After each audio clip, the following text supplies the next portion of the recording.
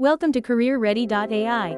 In this tutorial, we'll guide you through the steps to create a community group on our platform. Community groups are a great way to foster collaboration, share resources, and facilitate discussions among program members. Let's get started. First, navigate to the Community tab on your dashboard. Here, you'll find the option to create a new group. Click on the Add New Group button to begin setting up your community group.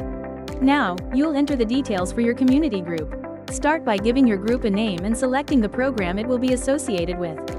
You can also decide if you'd like the group to be public or private based on your needs. Once you've filled in the details, click Create to establish your group.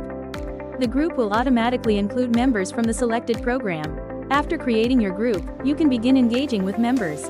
Use this space to start discussions, share files, and keep everyone connected. This group will serve as a collaborative hub, helping members stay informed and engaged.